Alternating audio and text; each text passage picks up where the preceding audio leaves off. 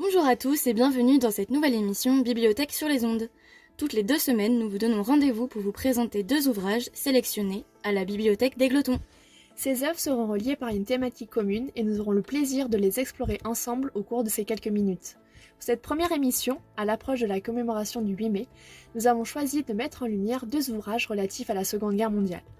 Malgré leurs différences d'approche et de style, ces ouvrages offrent chacune une perspective unique sur les événements qui ont marqué cette période cruciale de notre histoire. Êtes-vous prêt à plonger dans ces récits poignants et inspirants ? Restez à l'écoute pour découvrir ces 2 œuvres. Nous commençons notre exploration littéraire avec la bande dessinée « Il était une fois en France ». Cet ouvrage captivant plonge ses lecteurs dans l'histoire tumultueuse de Joseph Joanovici, un personnage complexe évoluant dans le Paris occupé de la Seconde Guerre mondiale. Écrite par Fabien Nury et illustrée par Sylvain Vallée, cette œuvre met en lumière les compromis moraux auxquels Joseph est confronté pour survivre dans un contexte de collaboration, de résistance et de trahison. À travers des dessins saisissants et un scénario riche en rebondissements, la BD explore les nuances de la nature humaine et les choix difficiles auxquels chacun peut être confronté en temps de guerre. Il était une fois en France offre une plongée immersive dans une période sombre de l'histoire, tout en interrogeant son lecteur sur les dilemmes moraux et les conséquences de nos actions. Le premier album nous plonge dans le Paris des années 30. Joseph n'est qu'un jeune juif roumain qui débarque dans la ville lumière, empli d'ambition mais avec peu d'argent. Déterminé à réussir, il trouve rapidement sa place dans le monde de la ferraille et du recyclage. Il réussit à s'y distinguer grâce à son intelligence, mais surtout grâce à sa détermination. Ses talents d'entrepreneur lui permettent de devenir un ferrailleur connu et respecté, bâtissant un véritable empire. La montée du nazisme en Europe et l'occupation de la France pendant la Seconde Guerre mondiale bouleversent sa vie. Confronté à des choix impossibles pour protéger sa famille et ses affaires, Joseph se retrouve plongé dans un monde où les alliances sont fragiles et les loyautés changeantes.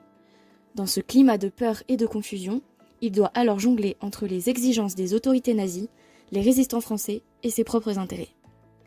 Malgré ses origines juives, Joseph parvient à naviguer dans les eaux troubles de l'occupation, tirant profit des opportunités offertes par la guerre, tout en préservant sa sécurité et celle de sa famille. Son ascension suscite l'admiration et la méfiance, voire la jalousie, faisant de lui une véritable figure controversée dans le Paris occupé. Au fil du récit, les lecteurs sont plongés dans les dilemmes moraux de Joseph, confrontés à des choix qui mettent en jeu sa conscience et sa survie.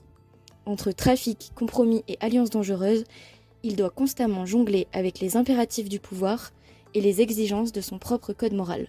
Je ne vous en dis pas plus, il ne me reste plus qu'à vous donner rendez-vous à la bibliothèque d'Égletons pour venir découvrir la suite de l'histoire tumultueuse de Joseph grâce à cette BD en 6 albums. Passons à la deuxième œuvre qui, bien qu'elle se passe également durant la Seconde Guerre mondiale, aborde des thèmes totalement différents. Vous ne nous séparerez pas est un roman de Régis Delpech paru aux éditions Scrinéo. Il nous raconte l'histoire vraie de Sarah et de Maria, sa mère, toutes les 2 victimes de la rafle du Veldiv le 16 juillet 1942. Pourtant, grâce à un nettoyeur de caniveaux et à un mouvement de foule, elles réussissent à s'échapper.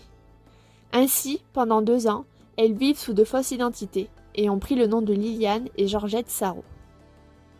Liliane, Sarah, peut retourner au lycée et vivre une vie presque normale. Elle revoit son père, militant mais peu apprécié par sa mère.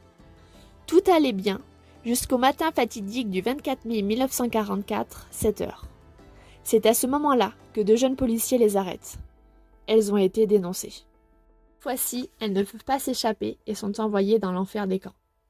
Ce roman est un récit poignant qui témoigne de la tension malsaine des camps. En effet, l'auteur nous présente les épreuves qu'elles ont dû traverser.